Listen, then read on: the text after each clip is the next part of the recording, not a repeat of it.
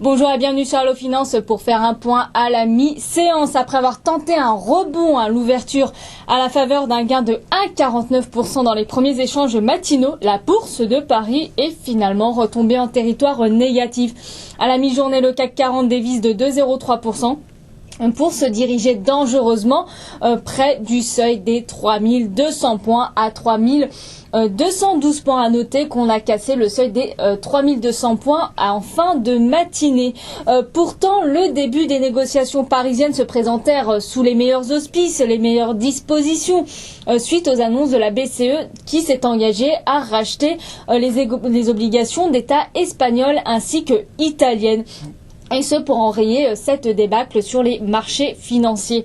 Mais la tendance américaine rouge vif a finalement remis les pendules à l'heure et mis un terme à cette euphorie sur les marchés. Sur les autres places du vieux continent, la crise de confiance est également palpable. À Francfort, le DAX redonne de 14% à 6102 points. À Londres, le FTSE plie de 1,41% à 5173 points. En tête du CAC 40, GDF Suez grappille 0,37% à 20,48 €. Le groupe s'apprête à céder 30% de son pôle production au fonds chinois China Investment Corporation. Par ailleurs, le gazier français a bénéficié d'un relèvement de recommandation d'HSBC qui passe de surpondéré, mais le courtier a coupé par la même occasion son objectif de cours à 24 € contre 25 € auparavant.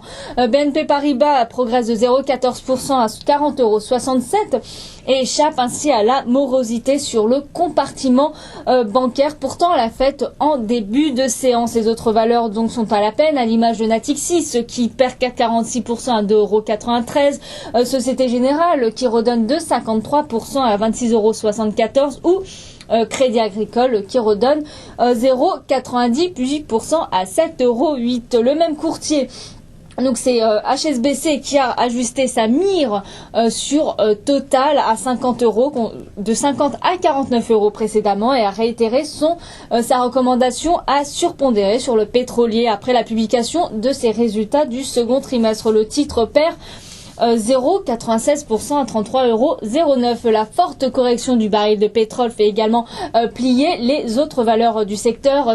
Technip signe l'une des moins bonne performance de l'indice vedette parisien et s'effondre de 6,68% à 58,27 €. Bourbon dévisse de 7,37% à 21,92 €. CGG Veritas est en baisse de 6,02% à 16,53 € ou Valourec rétrocède de 5,53% à 60,56 €. Et pour finir, Morel et Prom redonnent 5,47% à 12 € tout rond. Pernod Ricard est en baisse de 1,90% à 62,34 €. Deutsche Bank a relevé son objectif de cours sur Pernod Ricard pour le passer à 59 € contre 57 précédemment, mais reste encore acheteur du dossier. CFAO dévisse de 5,14% à 26,56 €, pénalisé par Goldman Sachs qui a dégradé sa recommandation sur le distributeur pour le passer à neutre contre achat précédemment et a retiré le titre de ses valeurs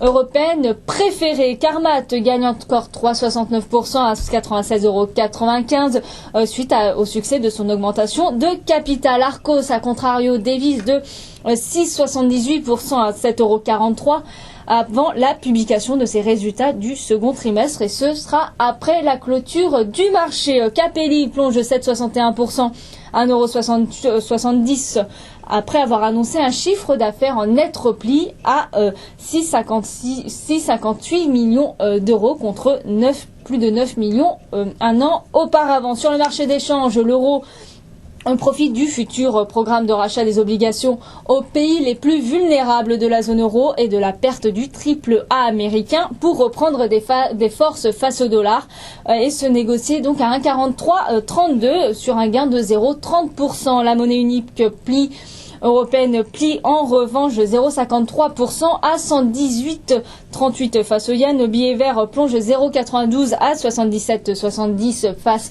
à la monnaie nippone. Les cours du pétrole s'inscrivent en forte baisse.